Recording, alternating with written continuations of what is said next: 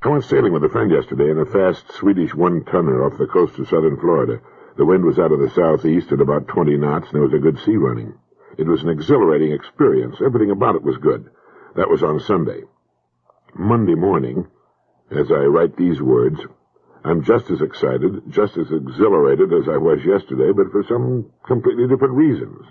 Today I'm working on a project I'm trying to put together, an interesting business enterprise. Now, if anything, it's more exciting than sailing. Sailing is my hobby, and I'll never give it up until I have to, but I've learned that I'm happiest, living the fullest, obviously doing what I was meant to do, when I'm making plans for the growth of our organization. And it's good to know that sort of thing about yourself. It means knowing what it takes to turn yourself on, to keep yourself living fully extended right up to the very limits of whatever it is you happen to have to offer. And that's why you can't come up with pat answers for people. The person with whom I went sailing yesterday would have no interest at all in doing what I'm doing today, and I'd be bored stiff doing what he's doing today. The important thing seems to be to find out what it is that makes me excited.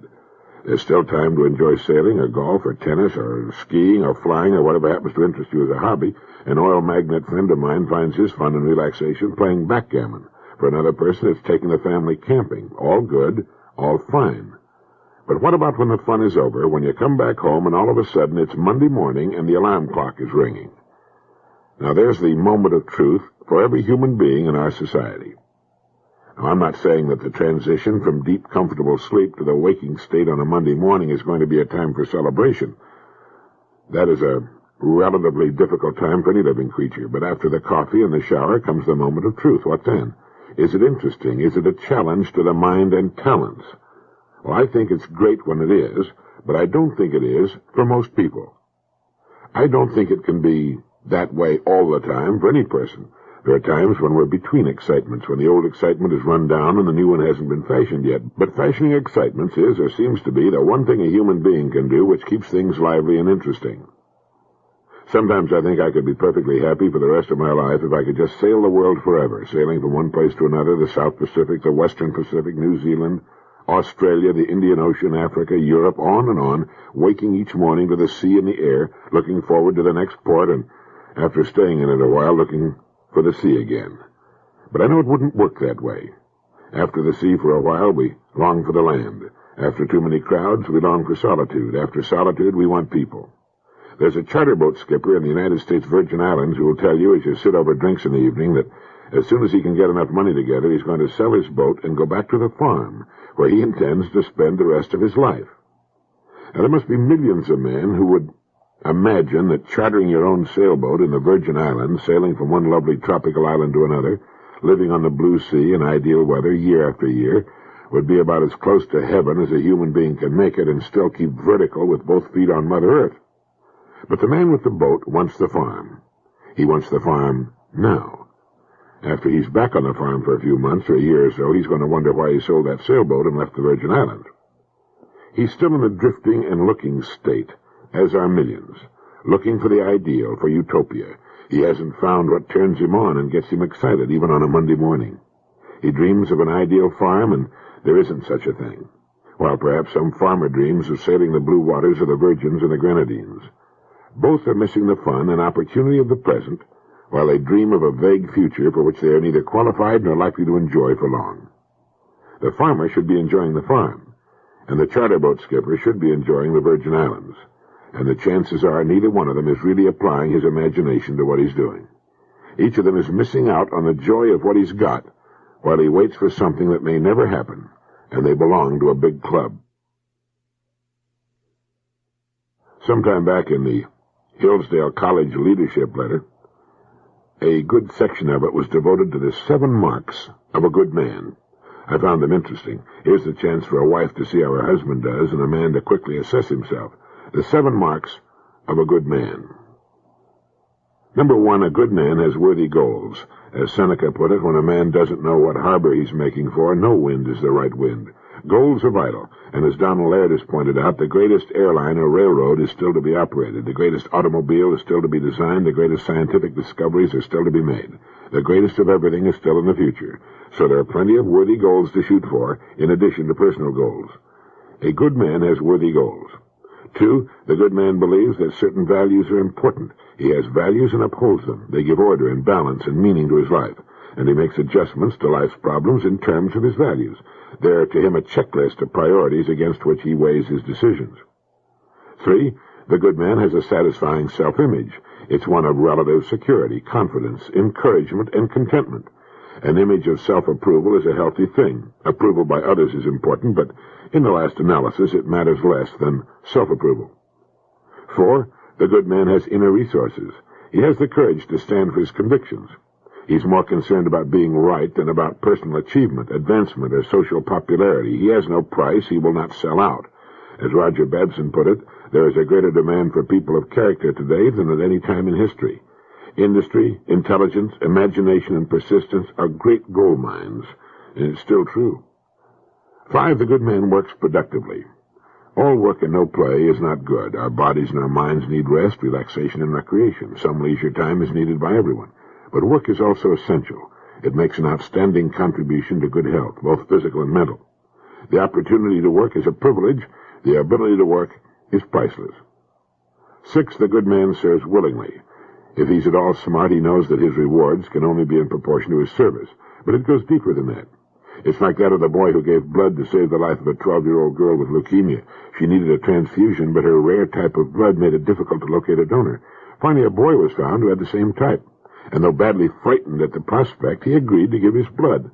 At the hospital, he stretched out on the table, shut his eyes, and set his teeth, but said nothing. A nurse, concerned by his pale face and frightened appearance, said to him, "Johnny, are you all right?" "Yes," was the reply, but... "Well, but what?" asked the nurse. "When do I die?" responded the boy. For a moment, the nurse was perplexed. Then she said, "You mean that you thought you would have to die to save this little girl?" "Yes," was the response. And number 7, the good man enjoys the success of others. Being successful himself, he enjoys seeing others successful and succeed and helps them where he can. Well, how did you do on the list of the 7 marks of a good human being? Probably a lot better than you at first imagined. I had lunch the other day with the vice president and international sales director of a large, well-known American company. As usual, we got on the subject of communications, and he told me an interesting story. For years, he's been sending a weekly letter to every man in his company's 300-man sales force. Not long ago, he fell to wondering how many of the men actually read this weekly letter. So in the 3rd paragraph of one of the letters, he included this statement: "If you will initial this letter and return it to me, I'll send you $5. It cost his company $25. 5 out of the 300 were reading the letters. Well, it so happens that the weekly letters and the weekly paychecks to the men are mailed on the same day, but in different envelopes. The pay envelope is a different size and color. So one week, they put the paychecks in the envelopes with the weekly letter. The following Monday morning, there was a company-wide crisis. The switchboard was jammed with calls from the stalwarts of the sales force complaining that they had not received their paychecks. When they were told that the checks had been put in the envelope with the weekly letter, there was nothing but unbroken silence on the line, as the men tried to remember where they had thrown away the company newsletter. So much for the effectiveness of in-company communications. In my opinion, there were 3 mistakes made. 1, the letters were undoubtedly poorly and uninterestingly written. The kindest thing a person can do with most in-company letters, house organs, bulletins, and so forth is quietly drop them into the wastebasket. Often as not, the job of writing these letters is given to a person amazingly unqualified to handle them. If you want someone to read your letters, you have to earn his attention and loyalty by making the letters really interesting, with meat and excitement and maybe some good humor in them. Each letter, when it arrives, should be looked forward to with genuine interest. Now, this means that the person in charge of this important job must be qualified and talented. Unless the people are somehow changed and improved by your in-company communications, save your money and stop it. So much for reason number 1. 2, an unbroken weekly barrage of almost anything tends to become tiresome. Find some way of changing what you're doing in this area. Make it bigger one week, or smaller, or a different color, or a different form, or with different and interesting pictures. Find some way to fight monotony. And 3, printed communications are never as effective as audio communications. Most people don't like to read. In fact, most people still read at about the 6th grade level, about 200 to 300 words a minute. This doesn't mean they stop their education at the 6th grade. It just means that when we master anything, we tend to leave it right there. We seldom try to improve. Records or tapes are much more effective and will be heard by the entire family. By sharing Dad's company communications, members of the family are drawn more closely together behind him, his problems, goals, and so on. And in this form, again, provided they're interesting and genuinely helpful, the communication will be listened to more than once. Good in-company communications are extremely important. In fact, communications today is the name of the game. And good in-company communications will improve production, sales, morale, and profits. Here's something interesting written by Dorothy Van Doren. She reminds us that when someone asked St. Francis while he was working in his garden what he would do if he were suddenly to learn that he would die at sunset that day, he replied, "I would finish hoeing my garden." That line, she writes, seems to me an answer to all the troubled young people these days who are beginning life in a world that appears to hold no security for them or for anyone young or old. Why should they bother to go to college when the atom war may be just around the corner? Why should a young wife have a baby when the ceiling may collapse on his crib? Why should one paint a picture or write a song or begin a novel? We can't be sure of anything, these young people say, not now or next year or the year after that. Why should we try to make a life for ourselves, they ask. Why should we go to classes or take examinations or get married or look for an apartment or try for a job? Next spring or some spring too frighteningly near, it may all go, the life we've all begun. Our world is in deadly peril. We've lost the promise of tomorrow. Well, St. Francis put the answer in a simple metaphor. Go on hoeing your garden. The task is still there, the house to build, the book to write, the examination to prepare for. If the future looks dark, so did it in every age of the past. And however dark it seems today, however dark it is, we'll meet life better if we fulfill the present to the best of our ability. Today is still ours, along with the obligation to live it to the full. As St. Francis said, we must go on hoeing our garden. What makes that kind of thinking important is that the tomorrow that may never come has a way of coming around anyway. We naturally admire and respect the kind of people who can continue on with what needs to be done in the face of crisis, and those who take a calm look at life and the future. It's like the story of the very old man who was planting a small tree in his garden. The neighbor called over to him and said, "What are you planting that tree for, old man? You'll never live to see it grow up." The old man replied, "You've got to plan on living forever or dying tomorrow." There's something about getting into the swim of things that puts a new face on living. You can wake up in the morning feeling beat and depressed, wondering what's the use, and toying with the idea of just lying there forever. But by forcing yourself out of bed and into the shower and turning to what needs to be done, your attitude begins to change and improve, and before long, well, it all seems worthwhile again. Activity, beginning to do whatever needs to be done, even if you have to force yourself to get started, is the answer to the problems that face us. As someone wrote, do your work. Not just your work and no more, but a little more for the lavishing's sake, that little more that's worth all the rest. And if you doubt as you must, and if you suffer as you must, do your work. Put your heart into it, and the sky will clear. And then from your very doubt and suffering will be born the supreme joy of life. You might want to remember the story about St. Francis and his comment that even if he were to discover that his life would be over at sunset, he'd finish hoeing his garden. Only by sweating freely and breathing hard will you be able to help protect your heart against our number one killer, coronary heart disease. So says Bud Wilkinson in his excellent book, Bud Wilkinson's Guide to Modern Physical Fitness. A President's Commission on Coronary Heart Disease came up with some stunning statistics that diseases of the heart and bloodstream now account for 54.8% of the deaths in the United States from all causes.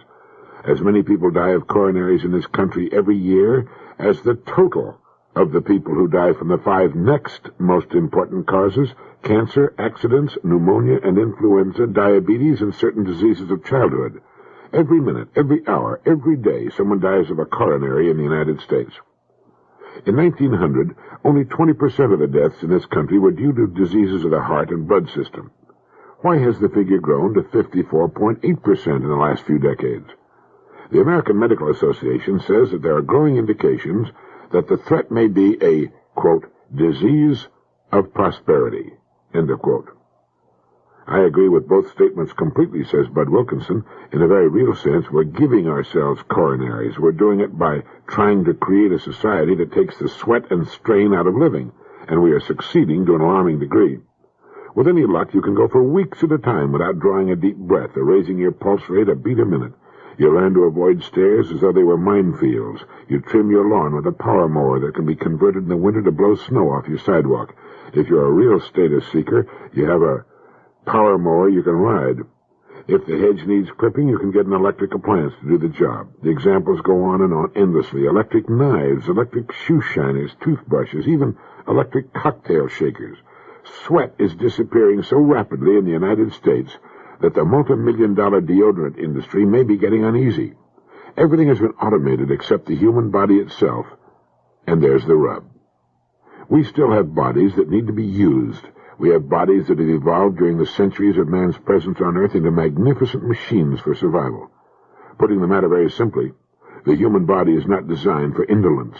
It's designed to sweat. The more it labors, the better it gets.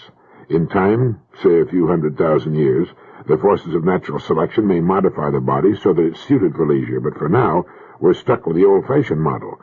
We're walking around in warriors' bodies. We're equipped to march with Caesar, but there's no place to go but the corner drugstore, and we drive there. Your heart is a pump made of muscle. When it doesn't have enough work to do, it gets softer and less efficient, just as your biceps get soft when you have no loads to lift. The loafer's heart, as it's been called, cannot move as much blood with a single beat as a well-conditioned heart. The more active you are, the less likely a heart attack. Exercise can often reduce the levels of several key factors: high level of blood fats, overweight, high blood pressure, and emotional tension. And here are 9 rules for success that I like. See what you think of.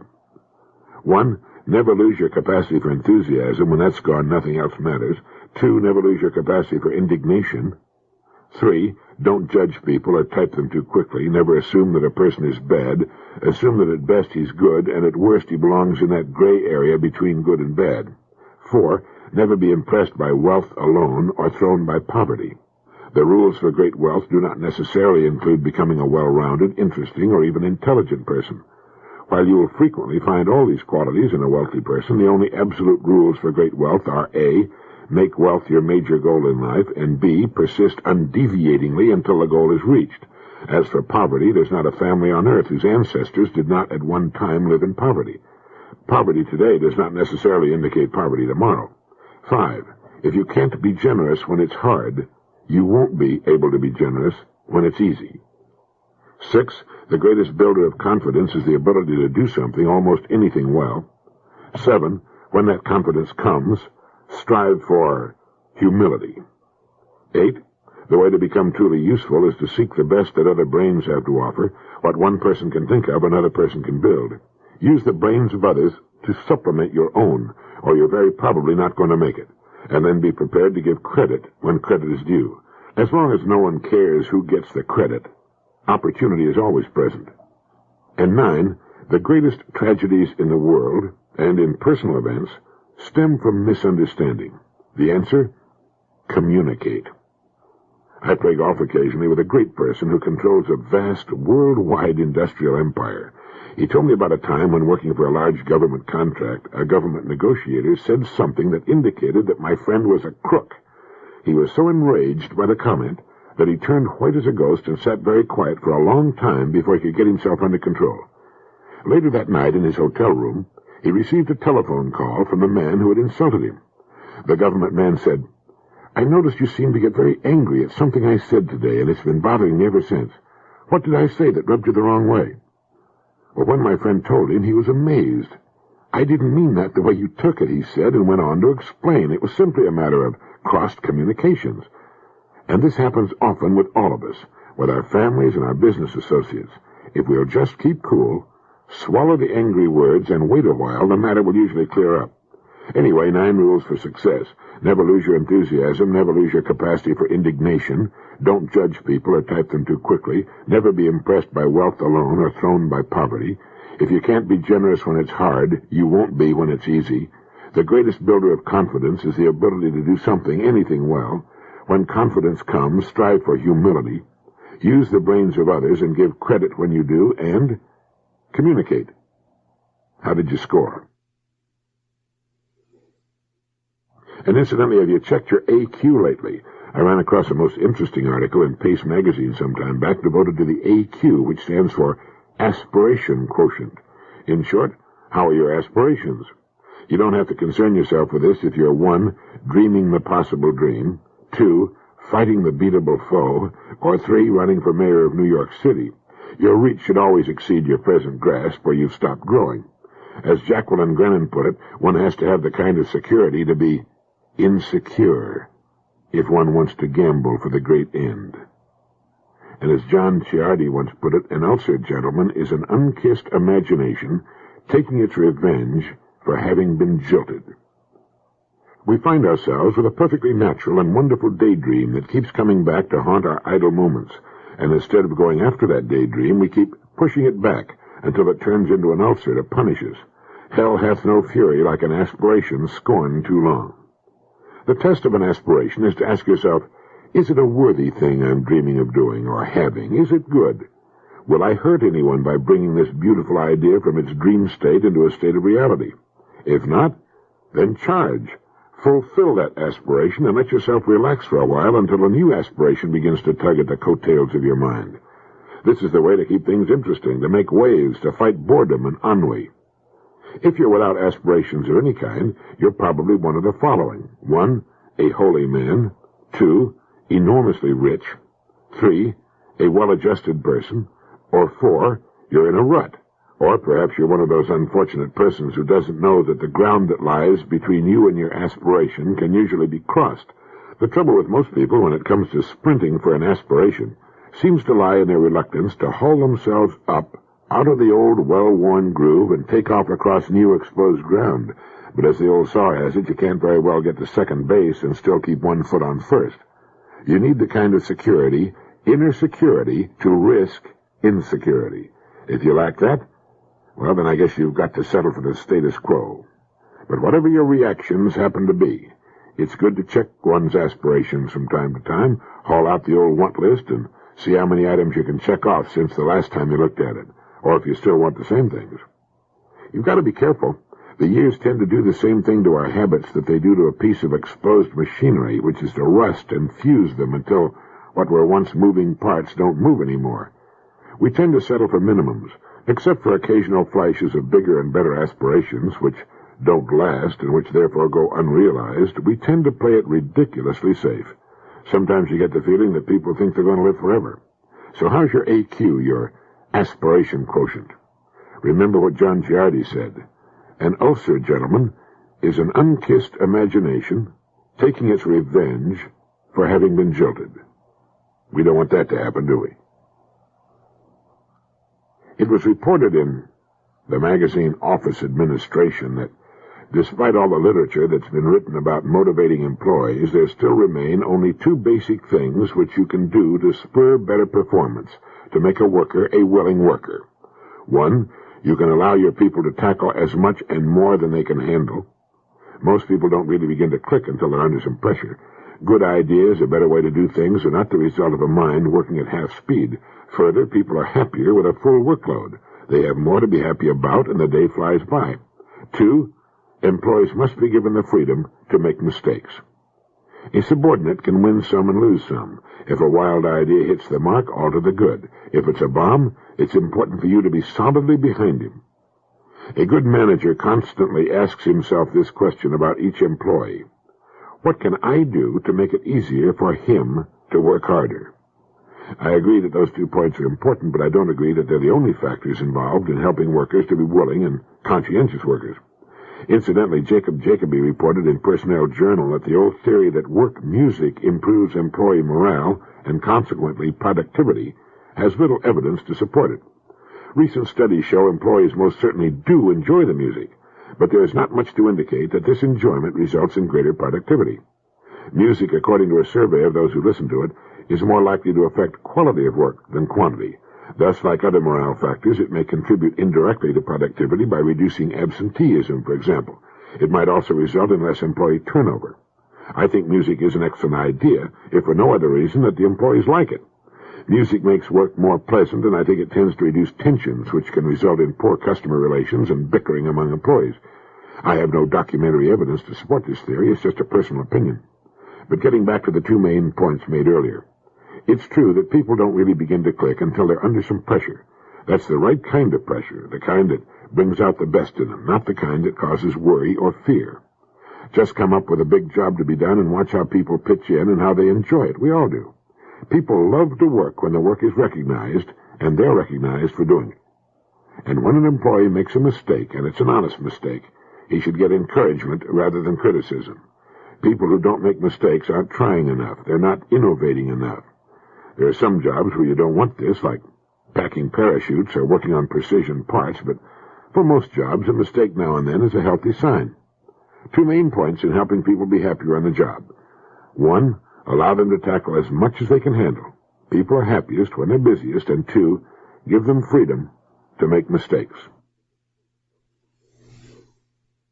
You know, visionaries see a day in the future when man will no longer work at all. If that day ever comes, I believe we will have had it. As the Christophers pointed out in one of their excellent little news notes, man is meant to work. Because of his very nature, each person must find a creative, constructive outlet for his talents and energies. The great artist Leonardo da Vinci put it well when he said, "Iron rusts from disuse, stagnant water loses its purity, and in cold weather becomes frozen. Even so does inaction sap the vigors of the mind." We need work with a purpose. To dig holes just to fill them up again is frustrating, but to work toward a goal for others is meaningful. Nothing enriches a person as does work well done, yet people will go to any lengths to avoid the very work that would give meaning to their lives. When Queen Victoria complimented the celebrated pianist Paderewski, she said, "Mr. Paderewski, you are a genius," and he replied, "Perhaps, Your Majesty, but before I was a genius, I was a drudge." The same thought was echoed by Michelangelo when he said, "If people knew how hard I've had to work to gain my mastery, it wouldn't seem wonderful at all." The great inventions of Thomas Edison were the fruit of long, painstaking effort. He said genius is 1% inspiration and 99% perspiration. He also said, "I never did anything worth doing by accident, nor did any of my inventions come by accident. They came by work." Work is actually a remedy. A century ago, Thomas Carlyle said work is the grand cure for all the maladies that ever beset mankind. Honest work, which you intend getting done. A survey in London of typists who frequently changed jobs found that they became bored and dissatisfied because they did not have enough work to do. A woman will complain about how overworked she is and enjoy every minute of it. In fact, she'll quit if she doesn't have enough work to do. And the kindest thing parents can do for their children is to teach them to work while they're still young. It's been found that the kids who have definite chores to do around the house, no matter how loud they complain, grow up to be more successful, more productive people. They also make better wives, husbands, and parents. It's important for a youngster to know that work is a part of living, and to get the fun and joy that comes from doing a job well. Thomas Jefferson said, "Do all you can to help boys and girls discover the joy of work. It's while we're young that the habit of industry is formed. If not then, it never is afterwards." The fortune of our lives, therefore, depends on employing well the short period of our youth. You will hear adults say, "Let them play. There'll be plenty of work to do after they're grown." Well, it doesn't work that way. They can still have plenty of time for play and learn to help out a little around the house, too, or hold down a summer job. We don't always like the idea of going to work, but we'd be miserable without it. General Doolittle once said that the prime reason that nations and cultures have died is that the people have become soft and lazy. They've quit work when they've reached the top of the heap. They've endeavored to rest on their laurels. I heard something interesting the other day at lunch. It seems that a friend of mine has a very shrewish wife. For many years he had led a dog's life because of her constant badgering. He would no sooner get home in the evening, but she'd find work for him to do. On the occasion of a recent physical examination, his doctor told him he looked run down and appeared to be suffering from a mild case of exhaustion, depression, and so on. The man explained that his wife was running him ragged. The doctor thought a moment and then asked the man if he'd mind if he had a chat with his wife. The man said, "No, of course not." The doctor called the man's wife and told her that in his opinion her husband was headed straight for a heart attack, and that unless something changed radically, she was going to be a widow in the not-too-distant future. Well, the change at home was immediate and immensely gratifying. The woman obviously saw her husband in a completely new light. Here was the man she loved, or at the very least, here was the man who was bringing home a reliable, negotiable paycheck every week, which made the mortgage payment, bought all kinds of groceries, cars, clothes, and things, suddenly threatened with extinction. Now when he comes home at night, it's as though he's an honored guest. He's treated as though his pockets are stuffed with vials of nitroglycerin, and all is well again in his household. Well, one of the fellows at lunch commented that this was possibly the creative idea of the year. He was going to get his doctor to call his wife and tell her the same story. Someone else said that this is an excellent way to find out what your wife really thinks of you. If she jumps out from behind doors shouting boo, or gives you heavy loads to carry upstairs to the attic, you can come to one conclusion, whereas if she treats you with sudden loving kindness, you can come to another. So it started an interesting conversation, and finally the point was made that if any of us knew that the days of a loved one were numbered, we would treat that person with more love and consideration. The point was then made that we do know that the days of our loved ones are numbered. We just don't know what the number is, so it might be a good idea to think of this once in a while. So much for that. Here's something of interest I found. It's from a speech by James H. Binns, president of the Armstrong Cork Company. He said, if the United States were to equal the accomplishments of Russia, it would have to rip up 14 of every 15 miles of its paved highways, abandon 60% of its steel-making capacity, destroy 2 out of every 3 miles of its railroads, and 7 out of 10 of its homes, junk 19 out of every 20 cars and trucks, and slice away 3/4 of its average paychecks. Something to think about, isn't it? And if the same definition of poverty that some have adopted as a political philosophy were applied to the people of Great Britain, 75% of all the British people would be classified as poor.